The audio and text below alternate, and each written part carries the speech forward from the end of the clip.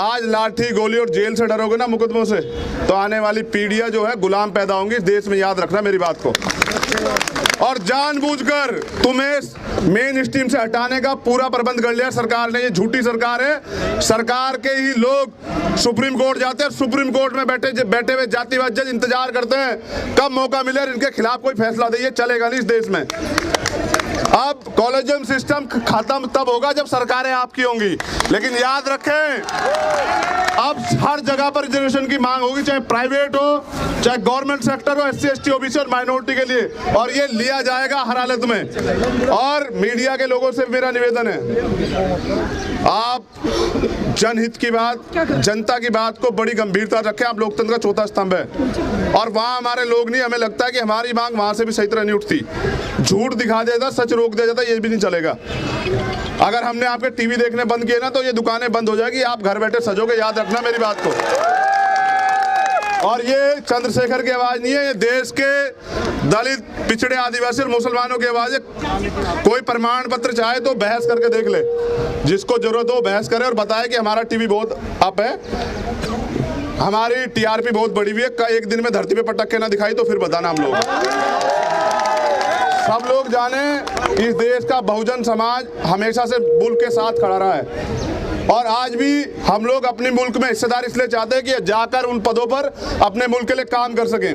वरना सब लोग जानते हैं अभी सेंट्रल गवर्नमेंट ने जो देश को बर्बाद किया, किसी को कोई शक तो नहीं इस पे? नहीं। और सेंट्रल गवर्नमेंट में 85 सचिव हैं, 1 दलित, 3 आदिवासी और OBC 0। ये स्थिति है और कह रहे हैं देश आरक्षण वाले बर्बाद कर रहे हैं। झूठो, हम बर्बाद कर रहे हैं? हमें तो मौका ही नहीं मिला। जिस दिन हम राज करेंगे उस दिन ये देश फिर सोने की चिड़िया होगी, अशोक का देश होगा ये। अभी ये अंगड़ाई है, 23 को बताएंगे कि जन आंदोलन क्या होता है। और याद रखें, सबसे बड़े आंदोलन यूपी में होंगे, क्योंकि यूपी के लोग जो हैं वो शेर हैं। वहाँ के SC ST OBC के जो लोग हैं ना, वो अपने अधिकारों के लिए पहले भी कुर्बानी देते आए हैं। मेरे याद है राजस्थान में 72 गुजर भाइयों ने कुर्बानी दी और हरियाणा में सैकड़ों जाट भाई आज तक भी जेल में हैं। SC ST OBC अपने अधिकारों को जान नहीं रहा था, लेकिन आज जान गया है। अब बताएंगे कि ये देश कैसे चलेगा। ये देश बहुजन समाज के दिखाए रास्ते पे चलेगा और बाबा साहब अम्बेडकर के संविधान से चलेगा, सब लोग जान ले। तो मेरी मांग है, एक रिक्वेस्ट मेरी आप लोगों से ये है, ये मैं ही नहीं सब लोग करेंगे, हमारा साथी, कि अपने बंद को शांतिपूर्वक तरीके से करें। विरोध दर्ज कराना है, सिस्टमेटिक रहना है, कोई कैजुअलिटी नहीं होने देनी। सरकार के गुंडे आएंगे आपकी भीड़ में, जैसे यहाँ भी आ सकते हैं, हंगामा करेंगे, पथराव करेंगे, पुलिस के साथ लड़ेंगे। हमारा काम पुलिस से लड़ना नहीं है। पुलिस के पास हमारा कोई अधिकार छिपा हुआ नहीं जो हमें देगी। हमें सरकार से लेने अधिकार और वो हम छीन के लेंगे। तो अपने आंदोलन को बहुत सतर्कता से करें, ये मेरी मांग है सब लोगों से। बाकी याद रखें, अब जिसको बहस करनी हो, गृह मंत्री तो झूठ बोलते हैं, उनसे तो क्या बहस करनी। अगर कोई जिम्मेदार आदमी सरकार की तरफ से बहस करे, हमारी तो एप्लीकेशन वहाँ सेलेक्ट नहीं होगी। कहते हैं कि CAA पे बहस कर ले। मैं बताता हूँ कि यहाँ के दलितों को, पिछड़ों को, आदिवासियों को गड्ढे में डाल के पाकिस्तान के दलितों की बात करते हो, अफगानिस्तान के, बांग्लादेश के दलितों की बात, तुम उनकी चिंता करोगे?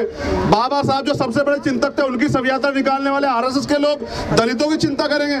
हम नहीं जानते तुम्हारा चाल चरित्र, कितने झूठे हो तुम लोग। ये मेरी मांग है आप लोगों से कि 23 तारीख को सबसे बड़ा ऐतिहासिक आंदोलन होना चाहिए। आप लोग सड़क पर आए, निकल कर, घर ना रहे। ये आपके आने वाली पीढ़ियों का सवाल है और ये भी सवाल है कि आप यहाँ इस देश में कैसे जिएंगे। अब ये सवाल बन गया है, क्योंकि अगर ये अधिकार बंद हो जाते हैं तो याद रखिए, डेमोक्रेसी की बात होती है कि यहाँ डेमोक्रेसी है। आप आंदोलन करने आएंगे, गजब की बात है कि दिल्ली की सच्चाई जान लीजिए, आंदोलन करने आएंगे, मैं खुद खा चुका लाठियां, गोलियां और जेल, और अगर ज्यादा बोलेंगे सरकार के खिलाफ तो NS से मैं जेल आया हूँ, काफिल भाई अब चले गए हैं झेलने के लिए।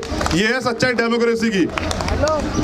परमिशन ली थी 3 दिन से, आज सुबह 11 बजे जिस समय का समय था, हमारे प्रदेश अध्यक्ष हिमांशु वाल्मीकि जी के पास मैसेज आता है कि कैंसिल कर दी गई। ये मजाक बना रखा है, ये मजाक नहीं चलेगा। लाठी गोली और मुकदमों से डरते प्रशासन जान ले और सरकार जान ले और दिल्ली पुलिस में जान ले। हमारा जो बुनियादी अधिकार है, हमारे जो राइट्स हैं, आर्टिकल 19, आर्टिकल 46 जो देते हैं, आर्टिकल 14, 15 देते हैं, जो फंडामेंटल राइट है आर्टिकल 16, 4 ये देता है, उससे छेड़खानी बर्दाश्त नहीं करेंगे। सड़क पर आएंगे, आप चलाओ लाठी, सीने बहुत मजबूत है, आप चलाओ गोली, सीने बहुत मजबूत है देश के बहुजनों के, और जेलें बड़ी करो। अब हम देखते हैं कि आपकी जेलों में कितनी जगह है। बहुत बहुत धन्यवाद मुझे सुनने के। हम लोग बाबा साहब डॉक्टर भीमराव अंबेडकर के मानने वाले हैं, और यदि बाबा साहब डॉक्टर भीमराव अंबेडकर को पहला प्रधानमंत्री देश का बनाया जाता तो मैं नहीं समझता भारत जो है अमेरिका, रूस, चाइना, पूरे यूरोप से ज्यादा मजबूत मुल्क नहीं होता। ये सबसे बड़ी ऐतिहासिक गलती हमसे हुई है, इसको हमें ठीक करना है। जब तक हम इसे ठीक नहीं करेंगे, SC, ST, OBC और माइनॉरिटी सब लोग ध्यान से सुन लें। बाबा साहब ने अपनी जिंदगी दे दी हमें गुलामी से आजाद कराने के लिए। अगर हम इस संविधान का प्रयोग करके बाबा साहब को जो हम प्रधानमंत्री नहीं बना पाए, बाबा साहब का जो सबसे प्यारा, सबसे बहादुर, सबसे ज्यादा खतरे लेने वाला जो भी अनुयायी होगा, उसको हम अगर प्रधानमंत्री नहीं बनाएंगे इस देश का, तो आप लोग सुन ले, ये सब मिथ्या है, सपना है जो कभी पूरा नहीं होगा। ये बात आप साफ साफ सुन ले। मैं ये संविधान का, कानून का जानकार होने के बावजूद ये बात कह रहा हूं मैं,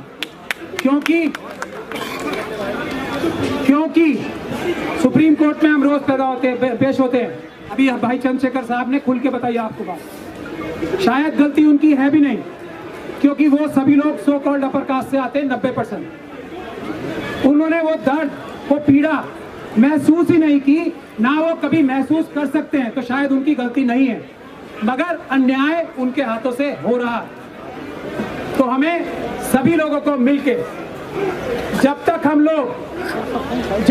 लोग जैसा चंद्रशेखर साहब ने अभी यहाँ कहा है, आरक्षण 100% आरक्षण जब तक सभी संख्या के हिसाब से नहीं होगा, सभी जगहों पे प्राइवेट सेक्टर हो, पब्लिक सेक्टर हो, या इस देश की सभी संपदाएं हो, उस पर नहीं होगा, न्याय नहीं आएगा। और ये न्याय, मैं ये बात भी कहना चाहता हूँ, ये आरक्षण के विरोध में जो बोलते हैं ना, लंबी डिस्कशन तो बाद में करेंगे, एक बात मैं इनसे पूछना चाहता हूँ, ये सभी सरकारें जितनी आज आजादी के बाद से आज तक बनी है, उनके सभी कैबिनेट मिनिस्टर और सभी जज क्या बाबा साहब से ज्यादा समझदार है?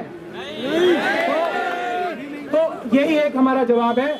बाबा साहब ने अगर रिजर्वेशन दिया है तो वो इसलिए दिया था कि ये देश तरक्की कर सके, क्योंकि अगर इस देश में SC, ST और OBC राज नहीं करेंगे तो ये देश तरक्की नहीं करेगा। करप्शन, भ्रष्टाचार जिस लेवल पे आज है उससे ज्यादा हो जाएगा। तो इसलिए आरक्षण और नागरिकता हमारे देश की मूलभूत